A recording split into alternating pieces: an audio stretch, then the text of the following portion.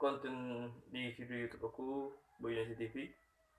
Kali ini kita akan bahas yang saat ini masih ramai-ramainya, yaitu new normal dan efeknya ke budayanya itu apa nanti. Kalau menurut saya sebenarnya tidak ada yang namanya new normal atau kenormalan baru atau new atau old atau itu nggak ada, itu nggak ada sama sekali. Normal ya normal. Kalau dia hidup kecuali misalnya ya, terkecuali anak anak baru lahir, dia baru merasakan hidup, ya barulah hidupnya baru gitu kan. Tapi kalau new normal kayaknya agak rancu sih. Soalnya kita ini makhluk sosial dan kita ini perlu waktu juga untuk berubah. Kita tuh nggak berubah itu nggak gampang, nggak cepet, nggak seperti yang kita bayangkan. Kita berubah itu sangat-sangat perlu waktu. Karena saya percaya di dunia ini tidak ada yang instan. Mie aja yang katanya instan aja perlu perlu direbus untuk dimakan. Masalah new normal juga, kita kan tahu peraturannya. Pertama, untuk penerapannya jaga jarak 1 atau 1,5 meter dari saya ke anda atau ke berikutnya ke teman-teman yang lain, ke bala penyadi, ya 1 atau 1,5 meter jaraknya itu.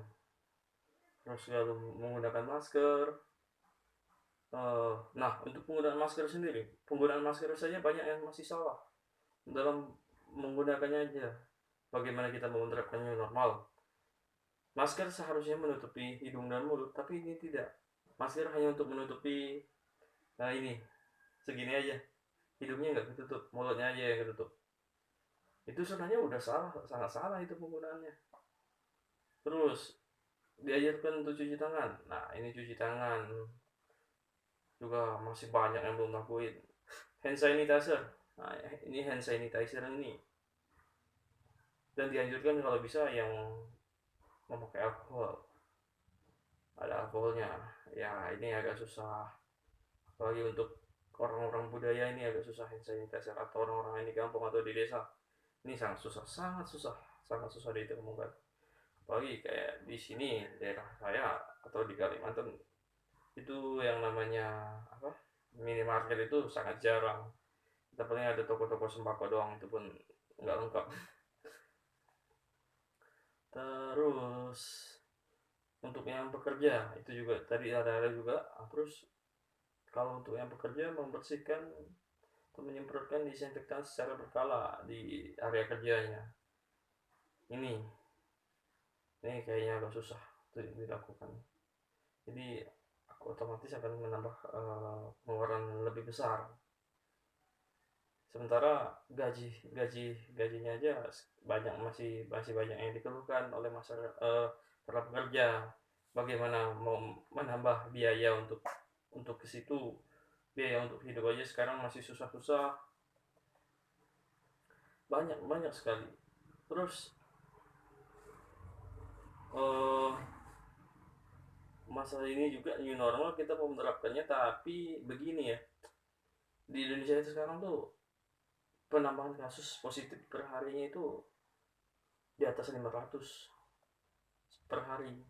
Jadi kayaknya kalau kita menerapkan new normal ini bukan bukan memperbaiki, ya ekonomi bisa itu kita. Saya bukan pakar ekonomi, tapi saya melihat dari kacamata saya sendiri, ya, ekonomi mungkin ini masih mungkin bisa bangkit, tapi penduduknya bisa saja nanti bukan bukan krisis ekonomi tapi krisis manusia, sumber dayanya nanti bisa saja hilang karena corona ini. Kita sama-sama tahu dia itu virus, bahkan sampai saat ini belum belum ada penangkal atau vaksinnya.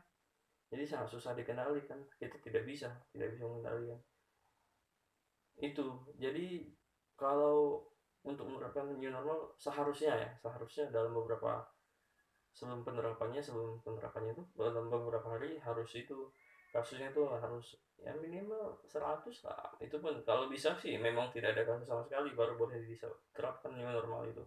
Tapi kalau menurut saya tidak ada new atau all normal, ya normal ya normal. Karena kita manusia kita tuh bukan kayak perangkat lunak atau program atau aplikasi kita tuh nggak bisa diupgrade.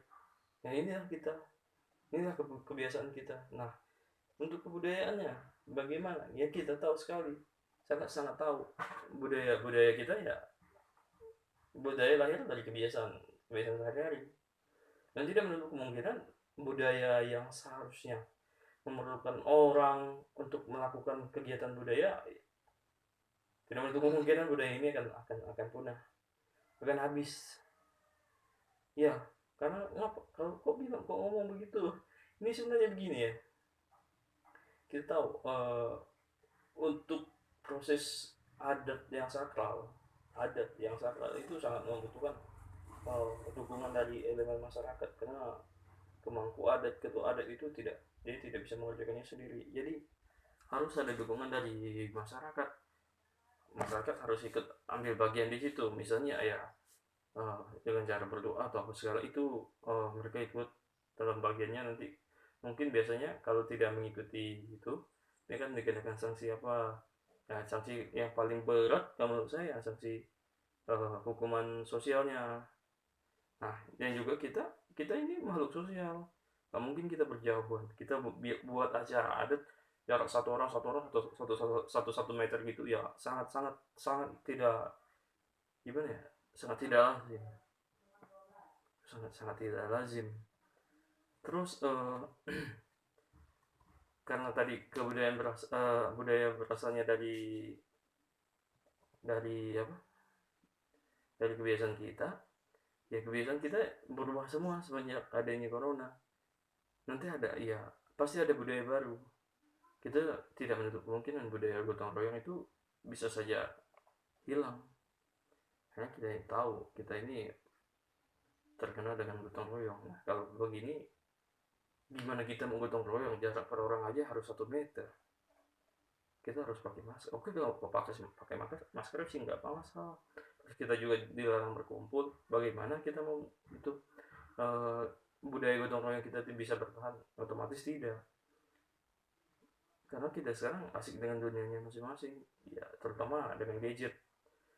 Kita tidak perlu nanti nonton nonton misalnya, nggak perlu ke bioskop lagi, atau mau lihat budaya juga nggak perlu ikut kebudayaan, lah tinggal ngikut-ngikutnya dari HP, tidak ada yang beritain ya, tinggal gitu aja. Tapi makna sesungguhnya itu nggak ada, nanti hilang.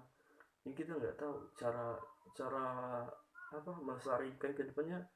Penggiatnya juga, penggiat budayanya juga nanti bakal ya satu persatu bakal hilang gitu. Nah sekarang penggiat budaya banyak orang-orang yang sudah tua, dan anak yang muda kurang kurang minatnya, masih sangat kurang.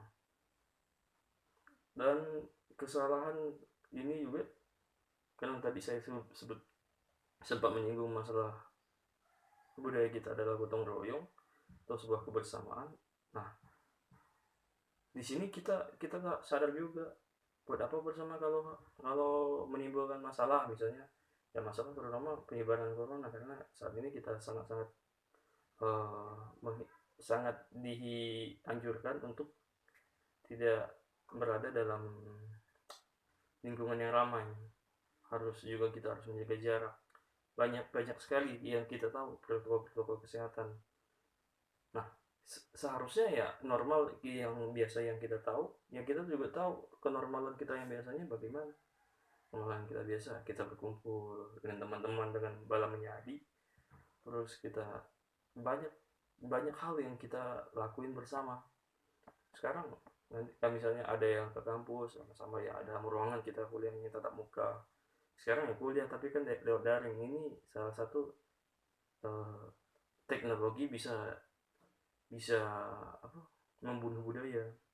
Ini yang sangat-sangat dikhawatirkan. Kita nggak tahu ke depannya bagaimana, tapi saya berharap untuk para penggiat budaya atau siapapun itu, terutama ya penggiat budaya, ya mari kita sama-sama melestarikan budaya kita. Bagaimanapun caranya, budaya tetap harus harus kita jaga, karena nggak mungkin budaya ini akan hilang. Kalau bukan kita yang menjaga ya pasti nggak mungkin dong orang-orang dari luar negeri yang menjaga budaya kita sendiri.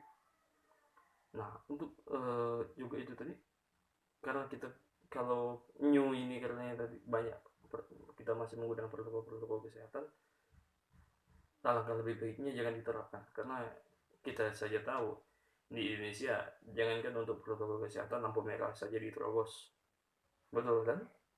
Apalagi untuk kedepannya ini gimana pemerintah ini, kalau menurut saya bisa jadi bumerang tersendiri bagi mereka, karena mereka menerapkan ya ini new normal, atau nanti banyak orang yang tidak mengetahui jarak harus 1 meter minimal, atau minimal setengah meter, antara satu dengan satu, otomatis sangat-sangat susah, masyarakat kita itu sangat susah lah. Jadi menurut saya jangan dulu lah diterapkan. Dan untuk kebudayaannya ya siapapun yang budayanya kuat ya itu yang akan eksistensinya tetap terjaga. Kemarin kita, dan juga pasti nanti akan lahir budaya-budaya baru, karena kalau new normal diterapkan pasti ada budaya-budaya baru lahir. Misalnya mungkin ada nanti ya budaya baru kita, terutama dari kebiasaan kita sebenarnya ya by phone, menggunakan HP semua. Jadi itu yang sangat-sangat dikhawatirkan. Pegiat budaya juga nanti bingung gimana sih, apalagi pegiat budaya banyak yang tua, gimana sih cara melestarikannya, bagaimana sih cara membagikannya, karena mereka begitu, kalau tidak ada penerusnya ya mereka akan mati, budaya juga akan mati. Ya memang kita ada record HP apa segala, tapi kalau tidak ada pegiatnya sama juga kan. Oke, kemudian jadi mari kita patuhi aturan pemerintah, tapi jangan dulu lah untuk new normalnya. Nah ya tidak ada new dan old, hanya ada satu kata, itu normal. Untuk para penggiat budaya, ayo kita sama-sama bergerak untuk melestarikan budaya bangsa kita. Jadi sip.